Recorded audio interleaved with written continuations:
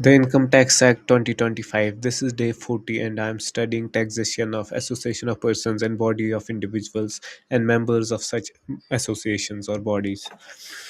Starting with section 35, which deals with the interest and remuneration which is paid to the members by AOP or BOI. This is somewhat similar and somewhat completely different from the case of partnership firms, so we have to forget everything about that and study this. This says that section 35F, it says that interest, salary, bonus, commission, everything you pay to the member of AOPBOI shall be disallowed. Everything is disallowed. But again, like we had section 35 imposing restrictions, and then there was a section which gave some relaxation to people who were partners in individual capacity but received interest on representative capacity. Same kind of provision is here as well. In case members are members in individual capacity and members in individual capacity and they receive interest in individual capacity, in that case 35F will be applicable, and they will not be allowed any deduction for the interest portion. This is regarding the interest portion.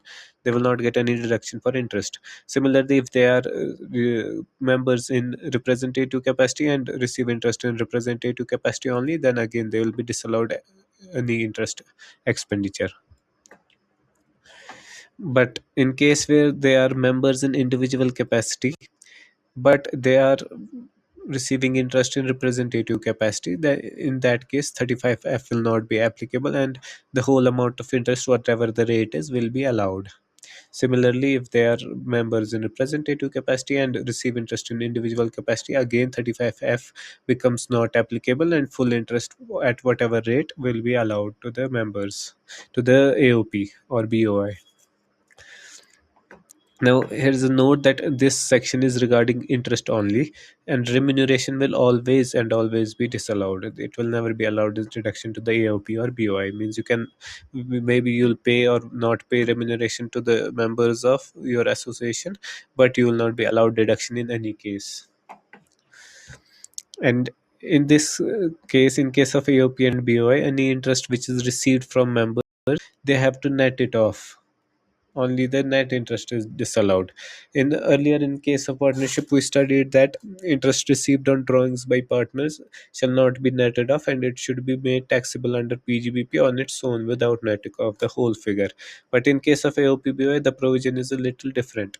I have these examples to explain it. Like you pay any member interest of rupees 15,000 rupees, and you receive interest of rupees 7,000 rupees from the same member, then in that case we have to net off interest first. So 15,000 minus 7,000 will be 8,000 interest paid to the member of the firm. So 8,000 interest paid, since interest paid is not allowed, so 8,000 will be disallowed. Similarly, in this example, if we have paid an interest of rupees 15,000 to the member and received an interest of 7,000, 17,000 from the member, we will again net off these two figures, and we will find that we have received a net of rupees 2,000 from the member. So this interest will be taxable under PGBP. After netting off, we will decide whether it will be disallowed or it will be taxable. Moving on, coming to the sections dealing with the taxation of AOPBOI or their members. Starting with section 311, this says the tax rates applicable for AOP and BOI. It has two cases where the share of members is known and where the share of members is unknown. Starting with the case of unknown, when we don't know how much share each member has, then in that case they will have to pay tax on entire income at maximum marginal rate, which is 39% or 42% depending on the regime which you choose. Here it says if we choose the new tax regime, the maximum marginal rate is 39%, because 30% basic tax rate, 25% surcharge, and 4% health and education cess.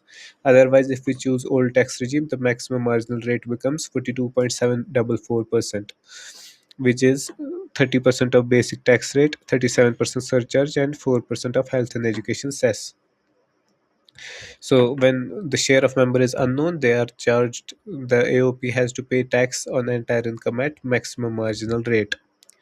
Now, in case the tax on any member of such AOP is more than the maximum marginal rate, then the entire income, the whole income of AOP, will be taxed at such higher rate. This is some exceptional case when the income of member will be taxed at more than maximum marginal rate. Currently, it is kind of not possible because we have taken the maximum rate only, but in case in future some new provision is included or something changes and the member has to pay a higher rate of tax, in that case the AOP will be forced to pay at such higher rate on the entire income. Now, the case where share of member is known. In this case, if we'll check the income of the members, if the net taxable income of members is up to the basic exemption limit, obviously before receiving the share from AOP or BOI, if the other income of the members is below basic exemption limit, then the AOP BOI will be taxed at slab rates. But in case the net taxable income exceeds the basic exemption limit, whether in old regime or new regime, whether 2,50,000 or 4 lakh, whatever they are opting for, we'll check that way. So if it exceeds basic exemption limit, then the entire income will become taxable at maximum marginal rate, depending upon what regime the AOP BOI chooses. And then there is a further provision that in case any member is having a tax rate of more than maximum marginal rate, then in this case where the share of member is known, will not tax entire income at maximum rate at higher rate.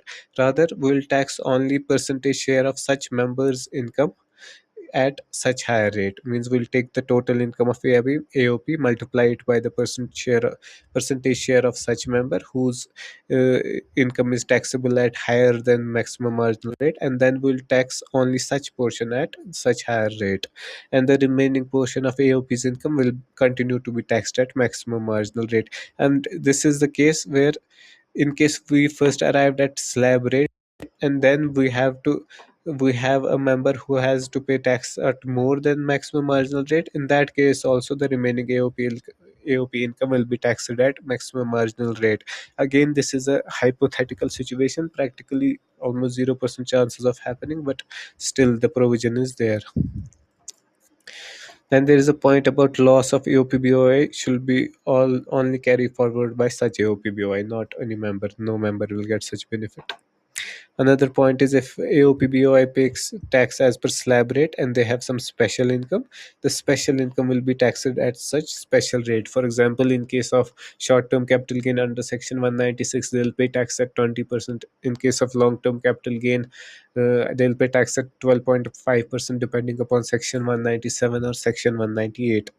But in case AOP BOI pays tax at MMR or higher rate, then in such case the special income will also be taxed at such higher rate or MMR. Now we have to see the practical application of calculation of taxable income and tax of AOPBOI, and how we calculate taxable income and tax of the members of such AOPBOI. For this, we have this comprehensive example. It will cover every case, and it covers all the concept, all the relevant sections as well. Section 309 and Section 310 are relevant in this case, in addition to the Section 311. So this is an example where XYZ is an AOP or BOI, and it has a net profit of rupees 4,30,000 after claiming a deduction for these things: interest and remuneration to the members, BBAK and SK. So these will be clearly disallowed. This is a normal case. This is no case of such representative capacity or individual capacity. This is just a simple case of individual capacity receiving interest in individual capacity. So we don't have to worry about those things. All of this will be simply disallowed to the AOP. Then they have made an expenditure of 60,000 in cash in a single day. So because of Section 36, this will also be disallowed. Then the share of members and other income as follows. Mr. BB, AK, and SK have a share of 40, 30, and 30% in the AOP respectively, and their income other than the income in AOP BOI is this: 1,60,000, 2,40,000, and 2,20,000. We have to notice that all of these members have income lower than basic exemption limit as per the old tax regime. But this is a question where we have to calculate total income and tax liability as per uh, we'll calculate as per old tax regime. This is a question about old tax regime. All of the income of both AOP and AOP BOI or members will be calculated at old tax regime. So the all of them have income below basic exemption limit. So the slab rates will apply to the AOP.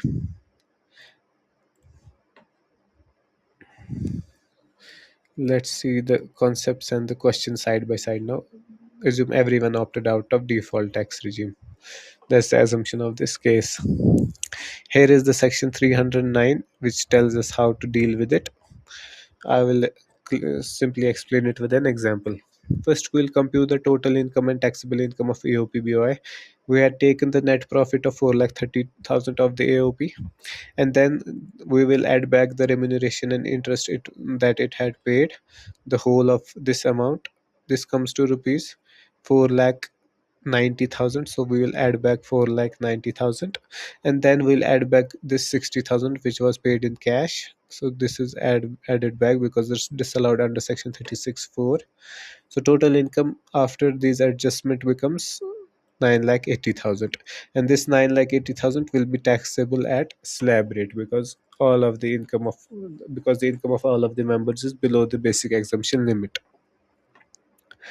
So it will be taxed at slab rate. It comes to a tax of rupees 1,08,500, and then a cess of 4% is applied. So the next net tax liability of the AOP becomes rupees 1,12,840 rupees. And this is the calculation of AOP. The calculation of AOP is done here. Then we move on to the calculation of the share of members. These are the steps that we need to follow. Step 1, 2, 3, 4. I have done these in this question as well. Step 1 says is compute the NTI of AOP BOI, which we already computed, net taxable income. This shall be computed after disallowing tax. We already did that. It comes to 9,80,000. Then we'll take the net taxable income of the AOP BOI, and we'll reduce interest and remuneration from it. This will give us the amount that has to be distributed among the members in their profit sharing ratio. So we had 9,80,000 as net taxable income. Then the AOP had paid rupees 4,90,000 as interest and remuneration. We'll reduce it here for the purpose of calculating how much of profits we have left to distribute among the members. So we are reducing it here, and we are left with rupees 4,90,000 of surplus kind of, and this will be apportioned among the each member of the AOP. So Mr. BB has 40% share. He'll receive 4,90,000 multiplied by 40%, which is 1,96,000. Similarly, these will receive 30%, 30% each. 30%, 30%.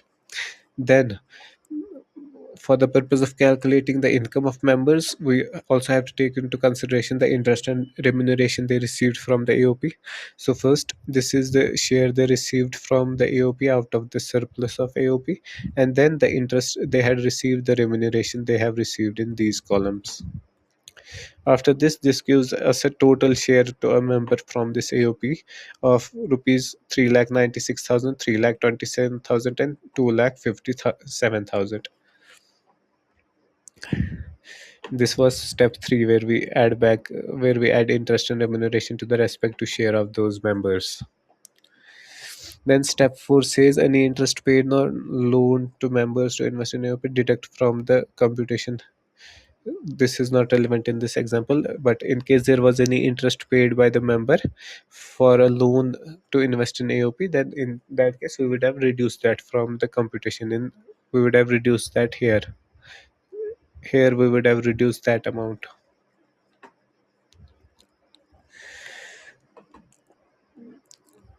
After that, we'll compute tax on the income of members simply. Here is the computation of total income and tax liability. So it was given in question the income of the members other than from the firm is rupees 1,60,000, 2,40,000, and 2,20,000. Then we add the share as we calculated above here. This share of income we add. So this gives us a total income of each member. The total income is 5,56,000, 5,67,000, and 4,77,000.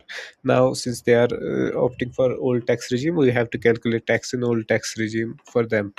So tax on total income will be 23,700, 25,900, 11,350, and rebate under 156. Only Mr. SK will be eligible for such rebate because only his income is below the only his gross total income is below the limit of rupees 5 lakhs for old tax regime, so he'll be the only one getting the rebate under section 156, and there will be no tax liability on him.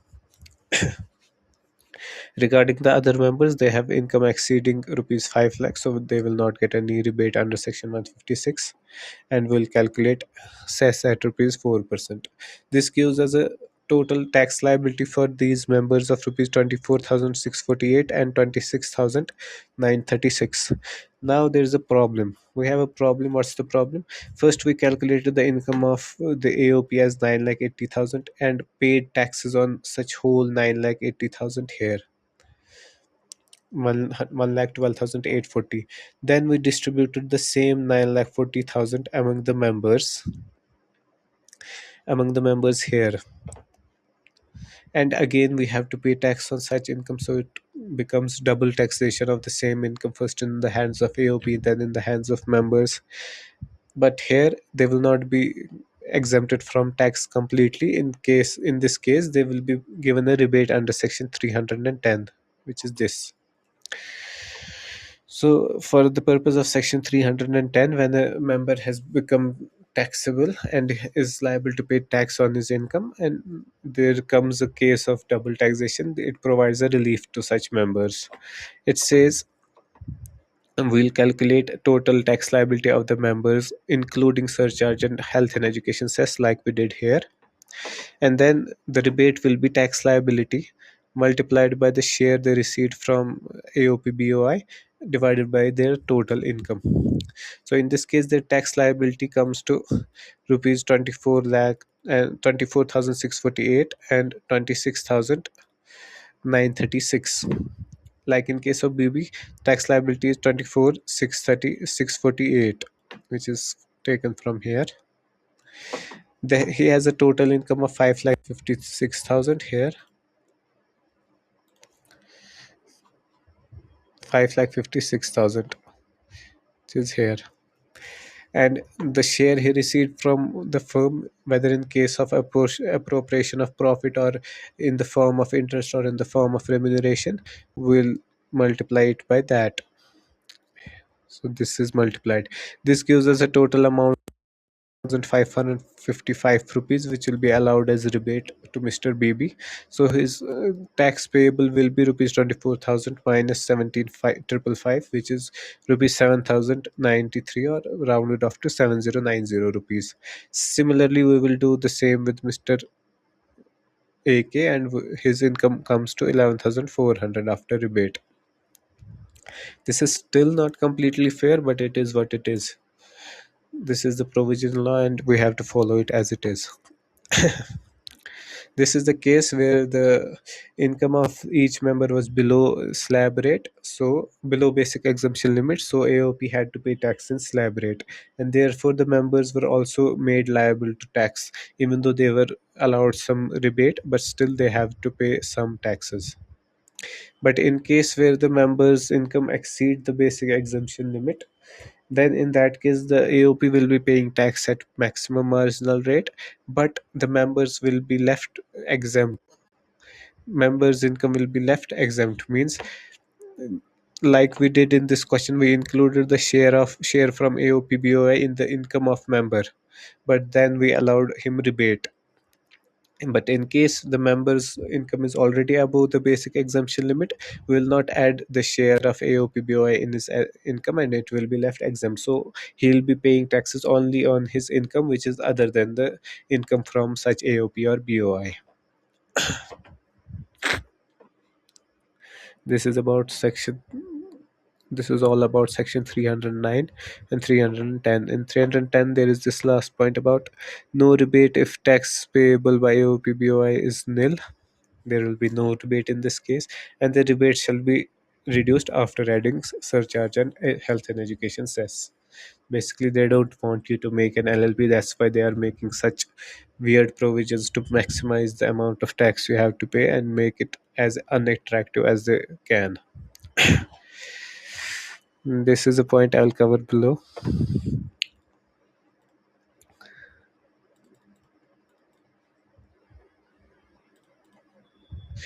Now, there are some general points about AOP and members about their taxation. In case AOP BOI have to pay tax as per slab rate, then we will add the share from AOP BOI in their income, and then we will claim rebate under section 310 in case we need to.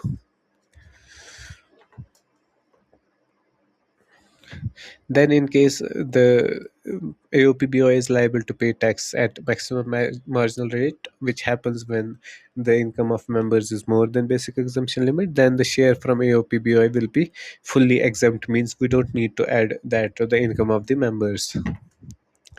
Then there's a point in case of AOP, if there is a firm or there is a firm or a company a member of such AOP or BOI, then AOP BOI will always pay tax at maximum marginal rate. Then there is another case where all the members in the AOP are companies. I'm not saying BOI here, body of individuals here, because body of individuals, as the name says, it is only individuals, not any other than individual. Like company will not be there, firm will not be there. So if only companies are members in AOP, then maximum marginal rate, for the purpose of maximum marginal rate, will take maximum surcharge at rupees 15%.